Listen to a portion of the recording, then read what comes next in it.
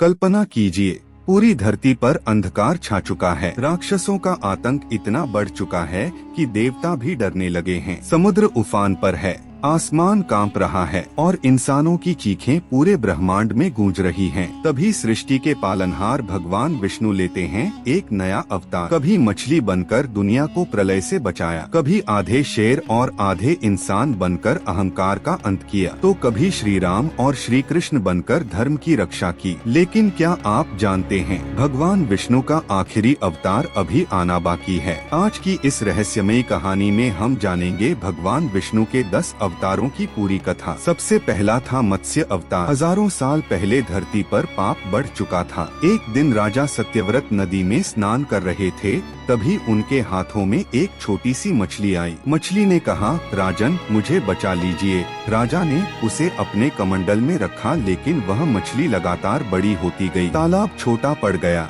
नदी छोटी पड़ गई और आखिर में समुद्र भी छोटा लगने लगा। तभी वह विशाल रूप धारण करके बोले, मैं भगवान विष्णु हूँ। भगवान ने बताया कि जल्द ही भयंकर प्रलय आने वाला है। फिर विशाल मत्स्य रूप में भगवान विष्णु ने पूरी सृष्टि को डूबने से बचाया। इसके बाद आया कूर्म अवतार। उस समय देवताओं की सारी शक्तियाँ खत्म हो चुकी थीं और असुरों ने स्वर्ग पर कब्जा कर लिया था। अमृत पाने के लिए समुद्र मंथन शुरू हुआ। मंदराचल पर्वत को समुद्र में डाला गया, लेकिन भारी पर्वत डूबने लगा। तभी समुद्र में हलचल हुई और भगवान विष्णु विशाल कछुए के रूप में प्रकट हुए। उन्होंने अपनी पीठ पर पूरे पर्वत का भार उठा लिया। समुद्र मंथन से निकला अमृत और देवताओं को फिर से शक्ति मिल गई। फिर आया वराह अवतार। राक्षस हिरण्याक्ष इतना शक्तिशाली हो चुका था कि उसने पूरी पृथ्वी को उठाकर समुद्र के अंदर छिपा दिया। चारों तरफ अंधकार फैल गया। तभी आकाश में भयंकर गर्जना हुई और भगवान विष्णु विशाल वराह के रूप में प्रकट हुए। उन्होंने समुद्र में छलांग लगाई और हिरण्याक्ष से भयंकर युद्ध शुरू हो गया। अंत में भगवान वराह ने राक्षस का अंत किया और पृथ्वी को अपने दांतों पर उठाकर वापस स्थापित कर दिया। इसके बाद आया सबसे भयानक अवतार, नरसिंह अवतार। हिरण्यकश्यप नाम का राक्षस खुद को भगवान मानने लगा था,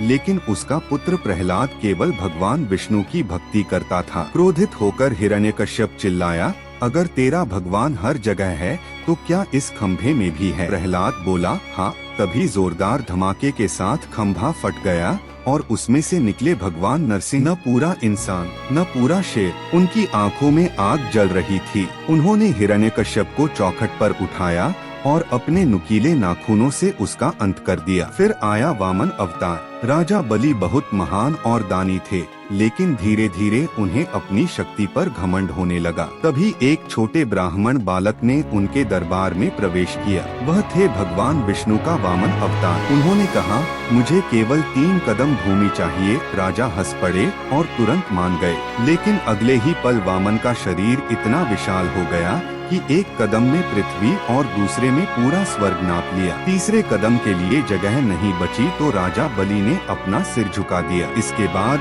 भगवान विष्णु ने परशुराम अवतार लिया। जब अत्याचारी राजाओं ने पृथ्वी पर आतंक मचाना शुरू किया, तब भगवान ने परशुराम के रूप में जन्म लिया। उनके हाथ में दिव्य फरसा था। उनका क्रोध इतना भयंकर था कि बड़े बड़े राजा उनसे कांपते थे। उन्होंने अधर्मियों का विनाश करके धरती पर फिर से धर्म स्थापित किया। फिर जन्म हुआ श्री राम का। अयोध्या में जन्मे श्री राम को लोग आदर्श पुरुष मानते थे। उन्होंने हमेशा सत्य और धर्म का पालन किया।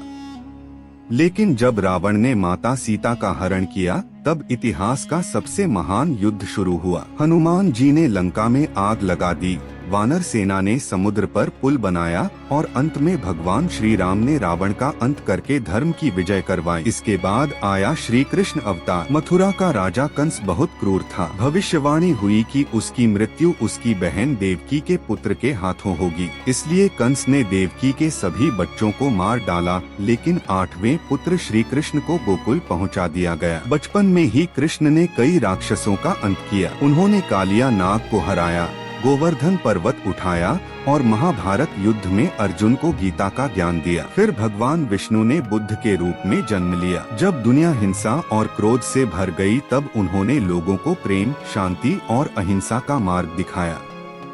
उन्होंने कहा, क्रोध इंसान का सबसे बड़ा शत्रु है। और अब बात उस अवतार की जो अभी आना बाकी है। कहा जाता है कि कलयुग के अंत में जब पाप अपनी सारी सीमाएं पार कर देगा, जब इंसान इंसानियत भूल जाएगा, तब भगवान विष्णु सफेद घोड़े पर सवार होकर आएंगे। उनके हाथ में होगी दिव्य तलवार, वह होंगे कल की अवतार और उसी दिन होगा अधर्म का अंत। भगवान विष्णु के ये 10 अवतार हमें बताते हैं कि चाहे बुराई कितनी भी शक्तिशाली क्यों न हो, अंत में जीत हमेशा धर्म की ही होती है। अगर आपको यह रहस्यमयी कहानी पसंद आई हो तो वीडियो को लाइक जरूर करें और कमेंट में लिखें जय श्री हरि।